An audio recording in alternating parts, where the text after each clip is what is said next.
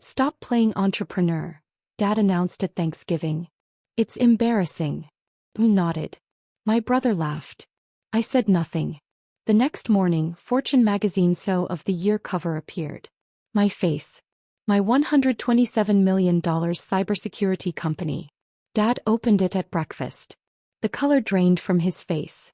But let me back up. Because this story doesn't start at Thanksgiving. It starts 7 years earlier when I was 23 years old and my father told me I was wasting my life. My brother Marcus was everything my parents wanted. Harvard MBA at 25. Investment banking analyst at Goldman Sachs by 26. Engaged to a lawyer from a good family by 28. He wore $1,000 suits and drove a leased BMW. He had the corner office, the prestigious title, the country club membership. I had a laptop and a dream. Rebecca, honey, when are you going to get serious about your career? Mom asked at Sunday dinner when I was 23. I just quit my third corporate job in 2 years. This time from a mid-level marketing position that made me miserable. I am serious, I said. I'm building something. Dad set down his fork. Building what? You've been building something for 6 months. You're living in a studio apartment. You drive a 10-year-old Honda. Marcus is making real money. Real progress. Dad, I'm developing cybersecurity software. The market is full of people with real credentials, he interrupted. You have a bachelor's degree in communications. What do you know about cybersecurity? I've been teaching myself to code for 3 years. I've been studying. Teaching yourself, Mom repeated, exchanging a look with Dad. Rebecca, that's not how the real world works. You need degrees, certifications, a proper job. Marcus smirked from across the table. Beck, I love you, but Mom and Dad are right. You're 23. It's time to grow up. Come work at the bank. I can get you an interview. Entry level, but it's a start. I don't want to work at a bank. Because you're too proud to start at the bottom like everyone else, Dad said. His voice had that edge I knew too well. Disappointment mixed with frustration. You think you're special. You think you can skip all the steps Marcus took and just, what? Become successful overnight. I'm not trying to skip steps. I'm taking different steps. Different steps, Dad repeated. Is that what we're calling unemployment now? I felt my face burn. I'm not unemployed. I'm working 16-hour days building. Building nothing, he said flatly. You're playing entrepreneur. It's embarrassing, Rebecca. When people ask me what my daughter does, what am I supposed to say? That you're unemployed and coding in your apartment. The words hit like a slap. Mom reached over and squeezed Dad's hand. A united front as always. We're just worried about you, Mom said, her voice softer but no less cutting. We don't want you to waste your 20s chasing something that's never going to happen. The technology industry is brutal. Do you know how many startups fail? 90%, I said quietly. I know the statistics. So why would you risk? Because I believe in what I'm building. Marcus laughed. Actually laughed. But that's adorable. But belief doesn't pay rent. How much savings do you have left? 3 months. 4. That's none of your business. It becomes our business when you come asking Mom and Dad for money, he said. I would never. You might not have a choice, Dad said. And we're telling you right now we're not funding this fantasy. If you run out of money, you figure it out. You get a real job. We're not enabling this anymore. I stood up. My hands were shaking. I should go. Rebecca, sit down, Mom said. We're having a family dinner. No, you're having an intervention. And I don't need to be here for it. I grabbed my coat and left. Behind me I heard Marcus say, let her go. She'll figure it out when her savings run out. I sat in my Honda in their driveway for 10 minutes crying. Not because they'd hurt my feelings, though they had. But because a small, terrifying part of me wondered if they were right. I didn't talk to my family much over the next 18 months. Occasional texts. Brief phone calls when Mom pressed. But I stopped going to Sunday dinners. Stopped attending family events. I told them I was busy. Working. Building. They thought I was avoiding them out of pride. They were half right. The truth was I was building something extraordinary, and I couldn't risk them sabotaging it with their doubt. My software, Titan Shield, was a next-generation cybersecurity platform that used AI to predict and prevent attacks before they happened. Not reactive security. Proactive protection. I'd spent 3 years researching, coding, testing. I'd burned through my savings. Maxed out 2 credit cards. Lived on ramen and coffee. And then 20 months after that disastrous Sunday dinner, I got my first client. A mid-sized financial services company in Austin. They paid me $180,000 for implementation and a year of service. I cleared my credit cards. Signed a lease on a 1-bedroom apartment in a better neighborhood. Bought business insurance. 6 months later I had 4 clients. Then 12. Then 27. By year 3, I had 140 clients and $8.3 million in revenue. By year 4 I incorporated. Hired my first employees. 6 brilliant engineers I'd met in online coding communities. We worked out of a shared office space in downtown Seattle. We ate pizza at midnight and celebrated every new contract like we'd won the lottery. My parents had no idea. Marcus knew I was still doing my little tech thing. That's what he called it when we spoke twice a year. "How's your little tech thing going, Beck?" "It's going well," I'd say. "Well enough to pay rent?" He'd ask, that condescending tone dripping from every word. Well enough. He didn't ask for details.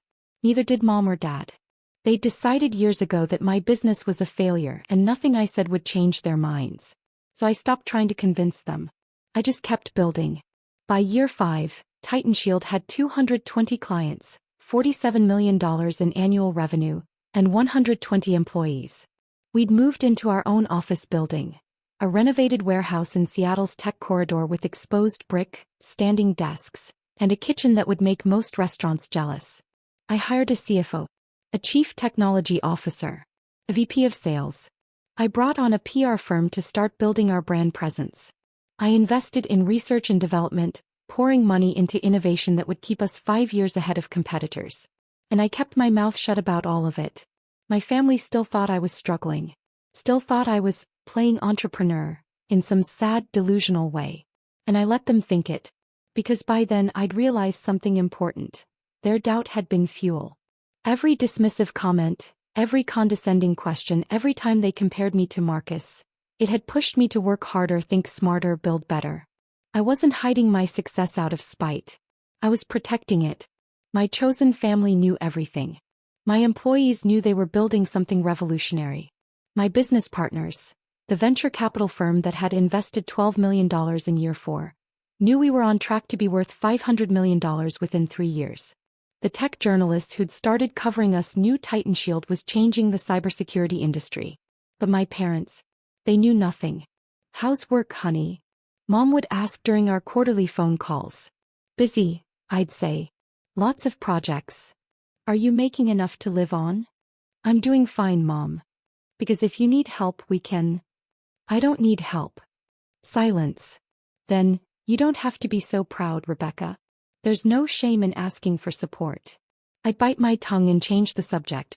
In September of year 7, I got an email that changed everything. Subject: Fortune Magazine CEO of the Year nomination. "Dear Ms. Chin, on behalf of Fortune Magazine, I'm pleased to inform you that you've been nominated for our annual CEO of the Year award.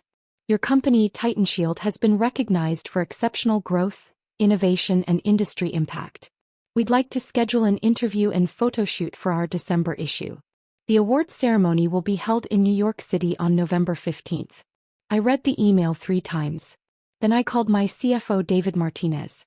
"Did you nominate us for something? The Fortune thing?" "Yeah, our PR firm submitted the application back in June. I didn't think we'd actually get nominated. Like, this is huge.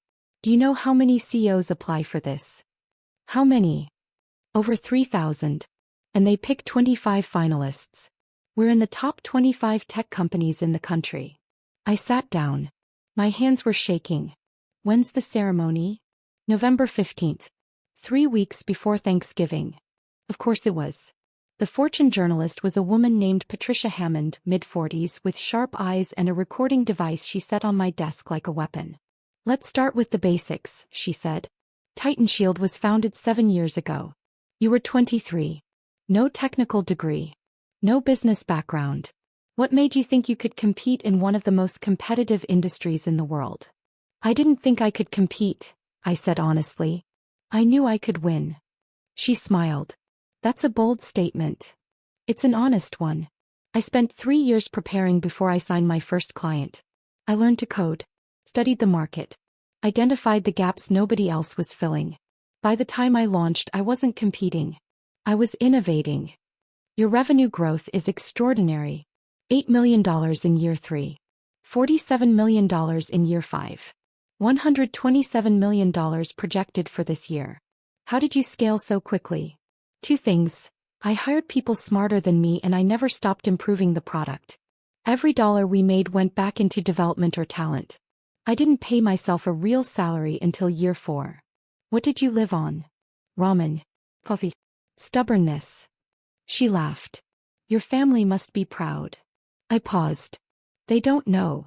I'm sorry. My family doesn't know about Titan Shield's success. They think I'm still struggling. They think I'm playing entrepreneur. Patricia's eyebrows rose. Why?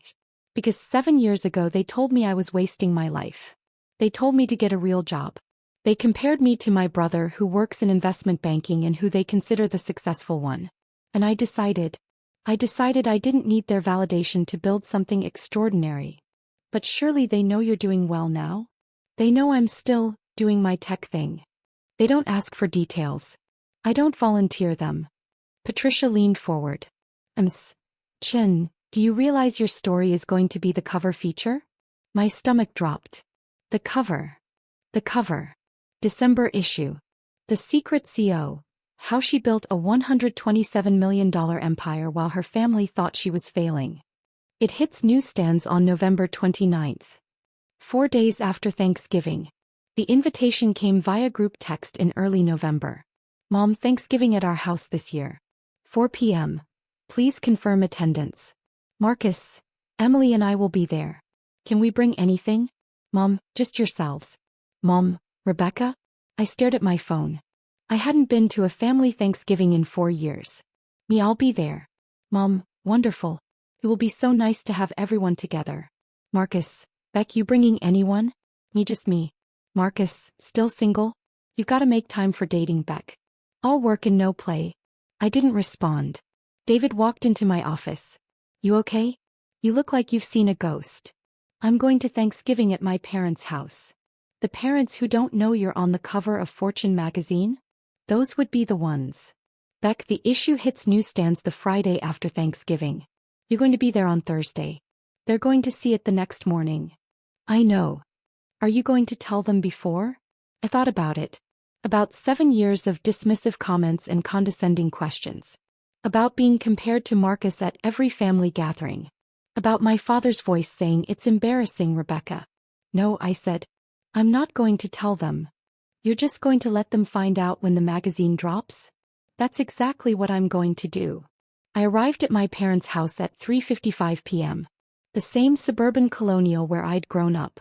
The same perfectly manicured lawn. The same wreath on the front door. Marcus opened it before I could knock. Beck. Long time no see. He looked exactly the same. Expensive suit replaced with expensive casual wear. The same confident smile. The same way of looking at me like I was a child playing dress-up. Hi, Marcus. Come in, come in. Emily's inside. You remember Emily? Of course. Emily was Marcus's wife. They'd married 2 years ago in a wedding that cost more than most people's houses. She was beautiful, accomplished, and had never been anything but polite to me in that way people are when they feel sorry for you. Mom appeared from the kitchen. Rebecca. You made it. He hugged me. Over her shoulder I saw Dad in the living room reading the newspaper. Hi, Mom. You look thin. Are you eating enough? I'm eating fine. Because you work too hard. I worry about you working all hours barely taking care of yourself. I'm fine, Mom. Really? We moved into the living room. Dad lowered his newspaper. Rebecca. Dad. How's work? Busy. Still doing the tech thing? Still doing the tech thing. He nodded and went back to his newspaper. Conversation over. Marcus handed me a glass of wine. So, Beck, tell us about your life. What's new? Not much. Working. The usual. Making ends meet? He asked, that familiar condescension creeping in. I'm doing fine. Because, if you ever need help, financial advice, job connections, I'm happy to help. That's what big brothers are for. I smiled. Thanks, Marcus. I'm good. Dinner was exactly what I expected. Mom asked about my apartment. Dad asked if I was still living in Seattle. Marcus talked about his latest promotion. Senior vice president now, managing a team of 30 analysts. Emily shared news about her law firm partnership track. And I said as little as possible. Rebecca, are you seeing anyone? Emily asked over dessert. Yo. You should try the apps. That's how my sister met her husband. I'm too busy for dating right now. Marcus laughed. Beck, you've been too busy for 7 years. At some point you've got to make time for a personal life. I have a personal life. Do you? Or do you just work all day on your little startup? There was. Little startup. I took a breath. I have a full life, Marcus. Just because it doesn't look like yours doesn't mean it's not fulfilling. I'm not criticizing, he said, hands up. I'm just saying you're 30 years old. Most people your age are thinking about marriage, kids, building a future. You're still playing entrepreneur. Mom touched my hand. He's not wrong, honey. We worry about you. You've been doing this for so long and we just wonder. When are you going to settle down? Get a stable job? Start thinking about your future. This is my future. Dad set down his fork. Rebecca, I'm going to be blunt. You're 30. You've been chasing this dream for 7 years. At what point do you admit it's not working and try something else? It is working. Then why do you still drive that old Honda? Why do you live in a one-bedroom apartment? Why don't you ever talk about success or growth or any of the things successful people talk about? Because I don't need to prove anything to you, I thought. But I didn't say it. I'm comfortable with where I am, I said instead. Marcus shook his head. Beck, that's loser talk. Comfortable. Successful people don't aim for comfortable. They aim for exceptional. And you think I'm not exceptional? I think you're stubborn. I think you're wasting your potential because you're too proud to admit this isn't working. I stood up. Thank you for dinner, Mom. It was lovely. Rebecca, sit down, Dad said. His voice had that commanding edge. The one that used to make me obey when I was a kid. I stayed standing. Sit down. Dad, I'm not 12 years old. If I want to leave, I'll leave. We're trying to help you, Mom said. Her eyes were wet. Why are you being so defensive? Because you're not trying to help me. You're trying to convince me I've failed. And I haven't. Haven't you? Dad asked. You're 30. You've spent 7 years on this and you have nothing to show for it. I have everything to show for it. You just can't see it because you've already decided I'm a failure. Then show us, Marcus challenged. Show us the big success. Show us the clients, the revenue, the growth. Prove us wrong, Beck. Almost did. Almost pulled out my phone and showed them the Titan Shield website. The client list. The press coverage. The Forbes email sitting in my inbox. But I didn't. I don't need to prove anything to you, I said quietly. I stopped needing your validation a long time ago. That's what failures say, Marcus said. I grabbed my coat. Goodbye. Rebecca. Mom called, but I was already out the door. I sat in my Honda, my paid-off, perfectly reliable Honda, and breathed. My hands were shaking. Not from anger. From something else. Relief maybe. Or vindication. Because in less than 24 hours they were going to learn the truth. And I wasn't going to be there to see it. I woke up at 6 a.m. on Friday. Couldn't sleep. I made coffee and opened my laptop and pretended to work, but really I was just waiting. The Fortune issue was scheduled to hit newsstands at 7 a.m. At 7:15 my phone started buzzing. David, it's out. Beck, you're on every newsstand in America right now. My PR director, CNN, is calling. So is Bloomberg. The Today Show wants you next week. My CTO just bought 5 copies. You look like a badass on that cover. At 7:47 I got a text from someone I didn't expect. Emily, Marcus's wife. Emily, Rebecca. I just saw Fortune magazine. I need to call you. My phone rang 30 seconds later. Rebecca. Hi, Emily. Is this real? Fortune CEO of the Year? Titan Shield? $127 million company. It's real. Silence. Then, Rebecca, I'm so sorry. For what?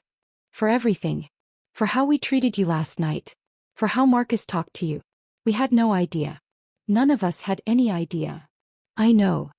Why didn't you tell us? Would you have believed me? More silence. I don't know. That's why I didn't tell you. He's reading the article right now. Rebecca, he looks like he's going to be sick. Tell him to keep reading. There's a great quote in there about family doubt. What are you going to do? Nothing. I'm going to my office. I have work to do. Rebecca. Emily, I need to go. Thank you for calling. I hung up. At 8:02 Mom called. I didn't answer. At 8:15, Dad called. I didn't answer. At 8:33 Marcus called. I didn't answer. The texts started piling up. Mom, Rebecca, please call us. We just saw Fortune magazine. Dad, we need to talk. Call me immediately. Marcus, Beck, I'm so sorry. I didn't know. Please call me back.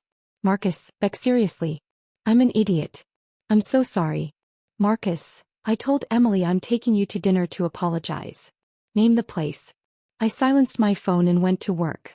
They showed up at my office on Monday morning. All three of them. My executive assistant Jordan called me. Rebecca, your parents and brother are in the lobby. They don't have an appointment. Tell them I'm busy. I did. Your father said he's not leaving until you see them. I closed my eyes. Of course he did. Send them up. 2 minutes later they walked into my office. The office with floor-to-ceiling windows overlooking Seattle. The office with my name on the door. The office with the Fortune magazine cover framed on the wall behind my desk. Mom's eyes went straight to it. She put her hand over her mouth. Dad just stared. Marcus looked at the awards shelf. The Forbes 30 Under 30 plaque. The TechCrunch Disrupt Trophy. The Cybersecurity Innovation Award from the Department of Homeland Security. Beck, he said quietly. It's Rebecca, I corrected. Nobody calls me Beck here. Rebecca. He swallowed hard. I'm sorry. I'm so sorry. For which part? I asked. For calling my company a little startup? For telling me I was playing entrepreneur? For suggesting I was a failure? Be specific, Marcus. I want to know exactly what you're apologizing for. For all of it. For everything. I was wrong. I was so wrong. Dad stepped forward. Rebecca, we had no idea. You had no idea because you never asked. You decided I was failing and then stopped looking. You never told us, Mom said. Her voice was shaking. You never said anything about this. Would you have believed me if I had? I asked. Would you have believed that I was building a $127 million company when I was living in a studio apartment and driving my old Honda? Or would you have told me I was delusional? Silence. That's what I thought, I said. Dad's face was red. This isn't fair, Rebecca. You deliberately hid this from us. I protected it from you, I corrected. There's a difference. Protected it? We're your family. You're the people who told me I was wasting my life. You're the people who compared me to Marcus at every opportunity. You're the people who made it very clear that my dreams were embarrassing to you. We were worried about you. No, you were embarrassed by me. There's a difference. Marcus sank into one of my guest chairs. Beck, Rebecca, I don't know what to say. I've spent 7 years thinking you were struggling. Thinking I was the successful one. Thinking I was better than you. You were never better than me, Marcus. You just had more approval from Mom and Dad. That's not fair, Mom protested. We love you both equally. Do you? Because for 7 years, Marcus was the golden child and I was the disappointment. For 7 years, you used him as the standard I couldn't meet. For 7 years, you dismissed everything I was building as a fantasy. Because you never showed us anything different. Dad said. You lived like you were barely getting by.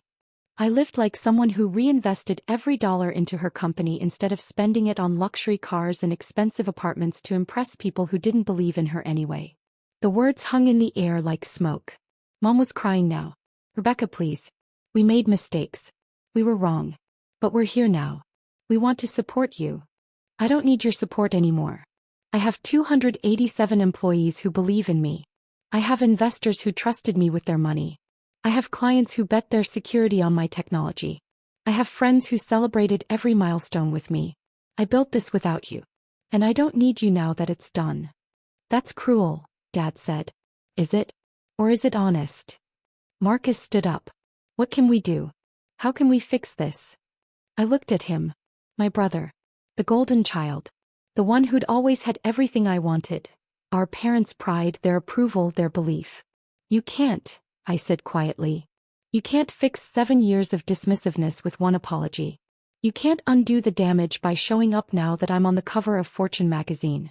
You can't earn my trust back by being impressed with my success when you were disgusted by my struggle. So that's it? Dad asked. You're just going to cut us out?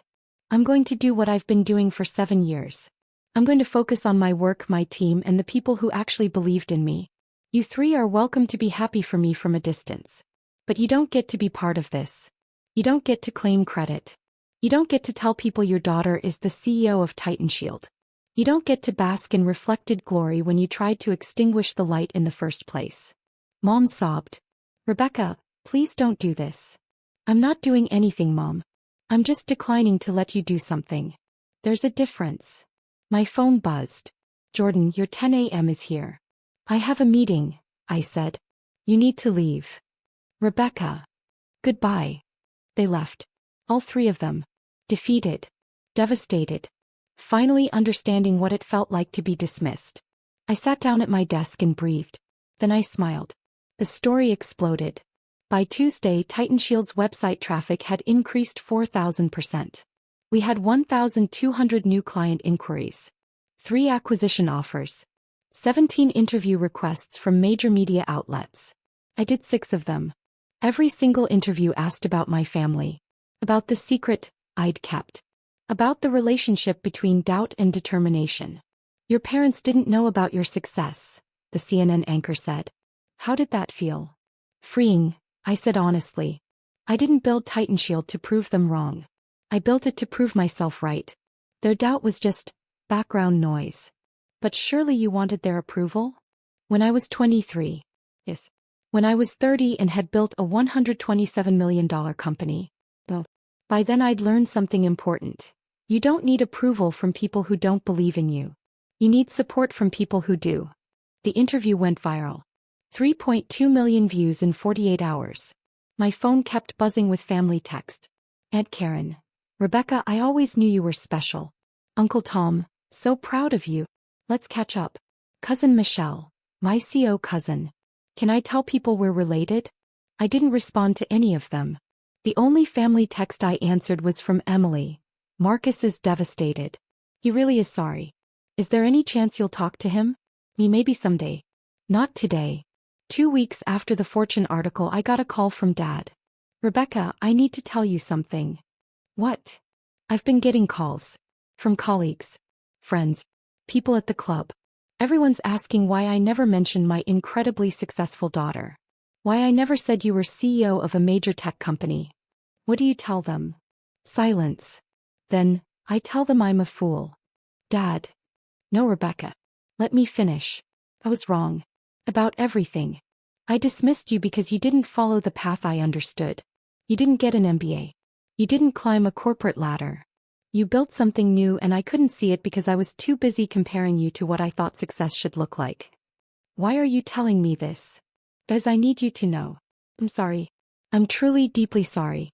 And I understand if you never forgive me. But I need you to know that I see you now. I see what you built. I see what you sacrificed. And I'm in awe of you. My throat tightened. It's not enough, Dad. I know. You can't just apologize and expect everything to be okay. I know that too. But I hope someday you'll give me a chance to earn your trust back. Not as someone who's impressed by your success. As someone who should have believed in you when you were struggling. I didn't say anything. I love you, Rebecca, he said quietly. I always have. I just wasn't very good at showing it. He hung up before I could respond. Marcus tried a different approach. He sent me an email. Subject: I'm sorry. Beck, Rebecca. I've started this email 30 times and deleted it 30 times. Nothing sounds right because nothing can sound right. There's no way to apologize for 7 years of being a condescending asshole. But I'm going to try anyway. I was wrong. About everything. I convinced myself that my path was the only path to success. Corporate job. Traditional markers of achievement. I looked at you and saw someone who was refusing to follow the rules and I judged you for it. The truth is I was jealous. You had courage I never did. You bet on yourself. You built something from nothing. You took risks that terrified me. And instead of admiring you for it, I belittled you. I made myself feel better by making you feel small. I'm ashamed of that. I'm ashamed of the person I was at that Thanksgiving dinner. I'm ashamed of every time I called your work your little tech thing.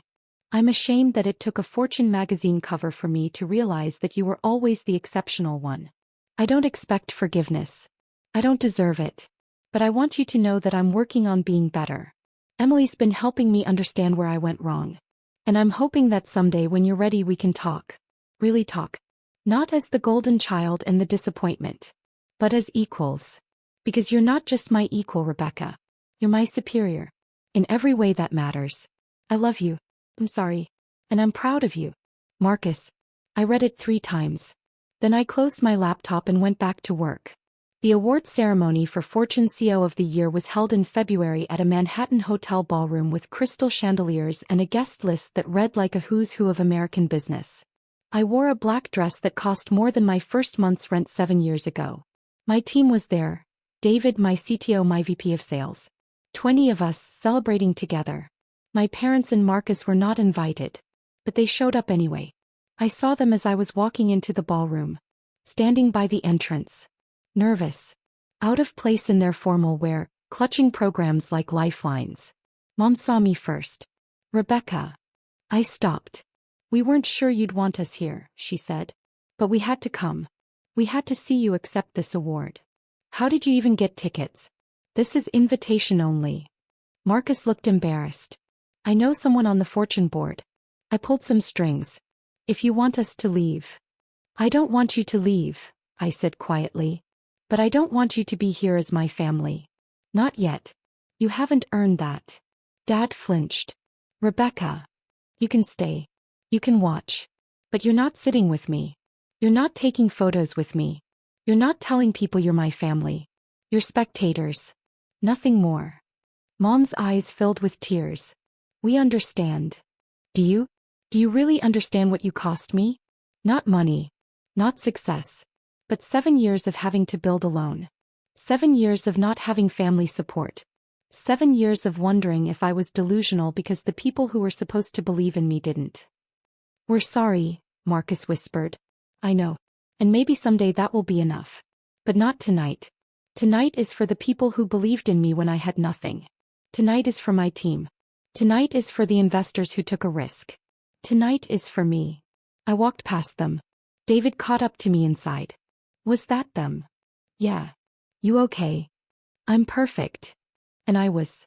When they called my name, Rebecca Chin, Titan Shield CEO of the Year, I walked onto that stage with 800 people applauding. I accepted the award from the Fortune editor-in-chief. I gave a 5-minute speech about resilience, innovation, and the importance of believing in yourself when nobody else does. I didn't mention my family. I mentioned my team, my investors, my mentors, the people who'd believed in me when I was nobody. And when I walked off that stage holding that award, I felt something I hadn't felt in 7 years. Complete. My relationship with my family is still complicated. We have dinner once a month now. Awkward, careful dinners where everyone watches what they say. Where Marcus doesn't talk about his job unless I ask. Where Mom doesn't give me advice unless I request it. Where Dad asks about my business like he's talking to a stranger. It's not perfect. Might never be perfect. But it's honest. Emily and I are close now. She apologized so many times I finally told her to stop. You weren't the problem, I said. You were just adjacent to it. Marcus is trying. Really trying. He asks about Titan Shield with genuine interest. He's reading about cybersecurity. He's learning to code, to understand your world, he said. He's becoming someone I might actually want as a brother instead of someone I'm obligated to call family. Dad retired early. He told me it was because he realized he'd spent 40 years chasing success and had missed what actually mattered. I don't know if I believe that. But I appreciate the sentiment. Mom cries a lot. At dinners. During phone calls. When she sees articles about me. I'm so proud of you, she says over and over. Like repetition will make up for lost time. It won't. But maybe, eventually it will be enough. Titan Shield is now worth $340 million. We have 420 employees. Offices in Seattle, Austin, and Boston. We're expanding internationally. We're innovating faster than our competitors can react. And I'm still driving that Honda. Not because I can't afford better, but because it reminds me where I came from. It reminds me that I built this empire from nothing. It reminds me that success isn't about impressing people who doubted you. It's about proving to yourself that you were right to believe. My phone buzzes. Text from Marcus. Sunday dinner at mom and dad's. You coming? I think about it. About whether I want to spend my Sunday evening navigating the careful dynamics of a family still learning how to treat me like an equal. Then I remember, I don't have to prove anything anymore. I'll be there. Because maybe, just maybe, that's what success really looks like. Not the magazine covers or the awards or the $340 million company, but the freedom to choose forgiveness. On your own terms.